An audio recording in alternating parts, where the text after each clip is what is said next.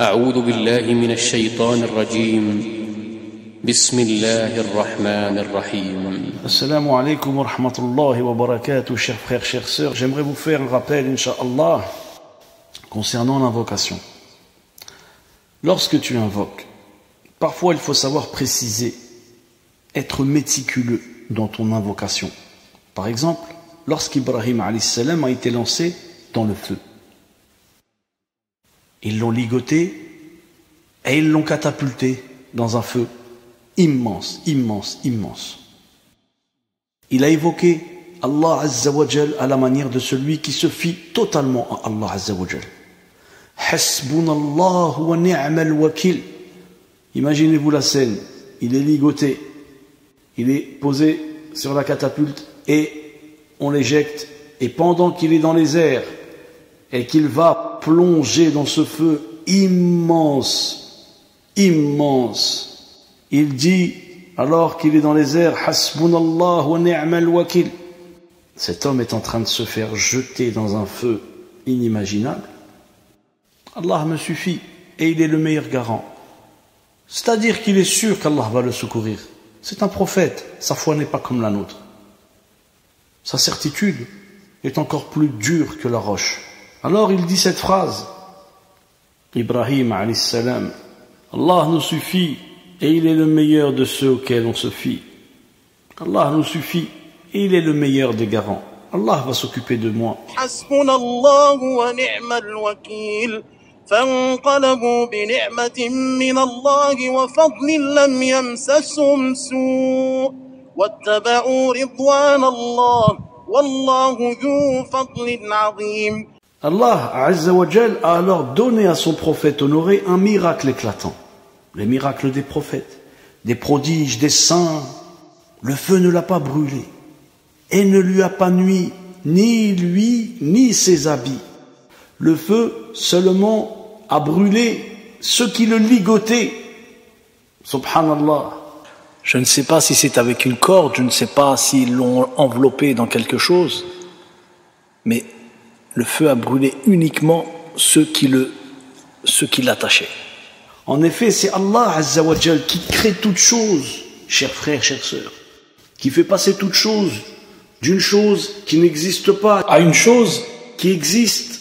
Allah est le créateur des choses que l'on voit, des choses que l'on ne voit pas, des choses que l'on peut toucher, des choses que l'on ne peut pas toucher. Il a créé le mouvement, la froideur, la chaleur, la couleur, la douleur, la joie, etc., etc. Allah est le créateur de toutes choses.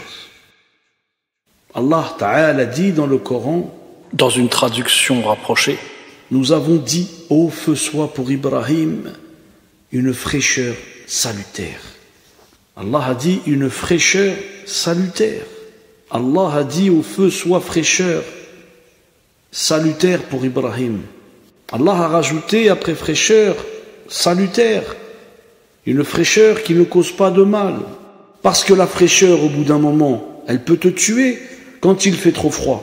Une fraîcheur en continu, elle s'intensifie et tu peux mourir de froid, ou elle peut te causer du tort, du mal, te faire tomber malade, etc. Mais Allah Azza wa Jal, dans sa grande sagesse, a dit au feu, sois pour Ibrahim une fraîcheur salutaire.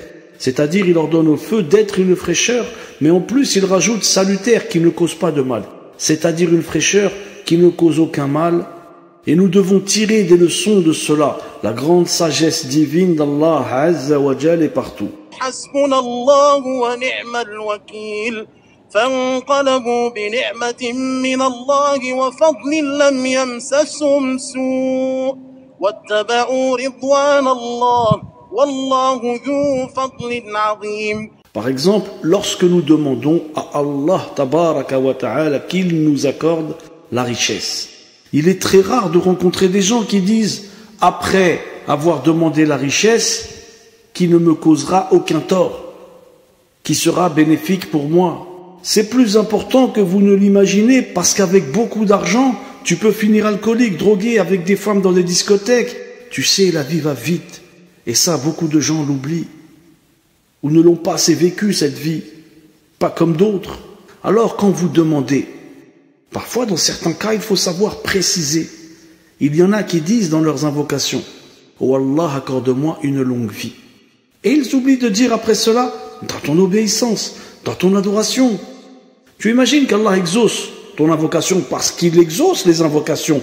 Tu vis longtemps. Et après, tu te retrouves dans des péchés. Et une fois que tu es dans les péchés, tu vas vivre longtemps. Alors tu vas faire des péchés pendant longtemps. Tu as oublié de dire, fais-moi vivre longtemps dans ton adoration. Faites attention parfois. C'est pour cela que nous avons le devoir d'apprendre notre religion. Parce que tout y est expliqué. On nous apprend jusqu'au moindre détail. L'islam ne laisse rien au hasard. Il n'y a pas de place pour le hasard. Tout est structuré, des ongles du pied à la tête. Rien n'est laissé au hasard. Mais rien, jusqu'aux cheveux. Il demande la richesse.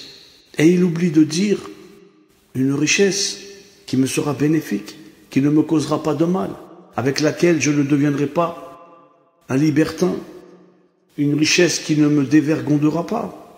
Combien de gens sur terre sont devenus riches et ont sombré? L'argent les a rendus fous. L'argent leur a fait tourner la tête. Je ne vais pas vous apprendre la vie. Vous savez comment que ça se passe parfois. Et c'est là que la religion intervient. Dans tous les cas de figure. Dans la colère. Comment te comporter avec ta fille, ta femme, ta mère, ton mari. Les gens. Tout y est dit. Rien n'est laissé au hasard. Vous avez la plus belle religion. Mais quelle belle religion qu'Allah Azza wa Jal vous a donnée. Mais quelle miséricorde qu'Allah Azza wa Jal vous a donnée. Subhanallah. Nous sommes ingrats. Nous ne sommes pas reconnaissants. Ce n'est pas un trésor qu'Allah Azza wa Jal nous a donné. Ce n'est pas une montagne de diamants qu'Allah Azza wa Jal nous a donné. Allah Azza wa Jal nous a donné bien plus que cela. Les pierres, vous savez, quand vous marchez dans la rue, sur des chemins, sur des routes, vous avez des pierres, des cailloux sur votre chemin. Au paradis, ce seront des diamants, des émeraudes, des pierres précieuses par terre qui joncheront le sol. Mais vraiment, que l'homme est ingrat. Nous le sommes, par Allah nous le sommes parce que nous sommes faibles, très faibles. Et la religion magnifique d'Allah Azza wa Jal nous rend forts.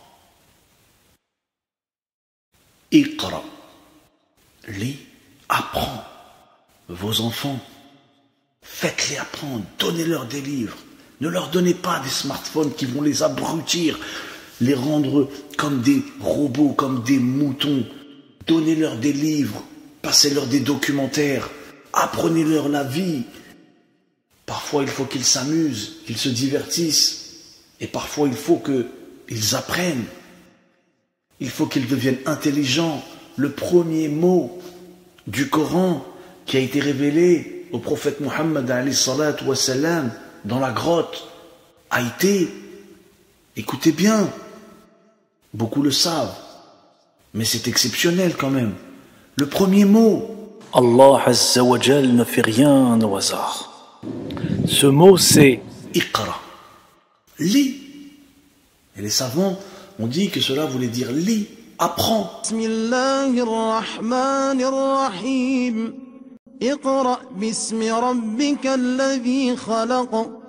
Khalaqa l'insana min 'alaq. Iqra wa rabbuka l'akram. Alladhi 'allama bil qalam.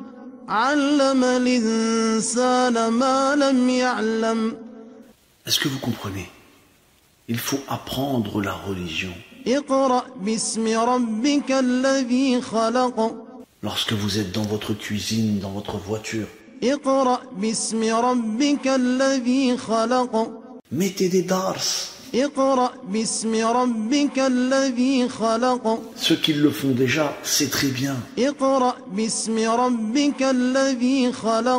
ceux qui ne le font pas assez,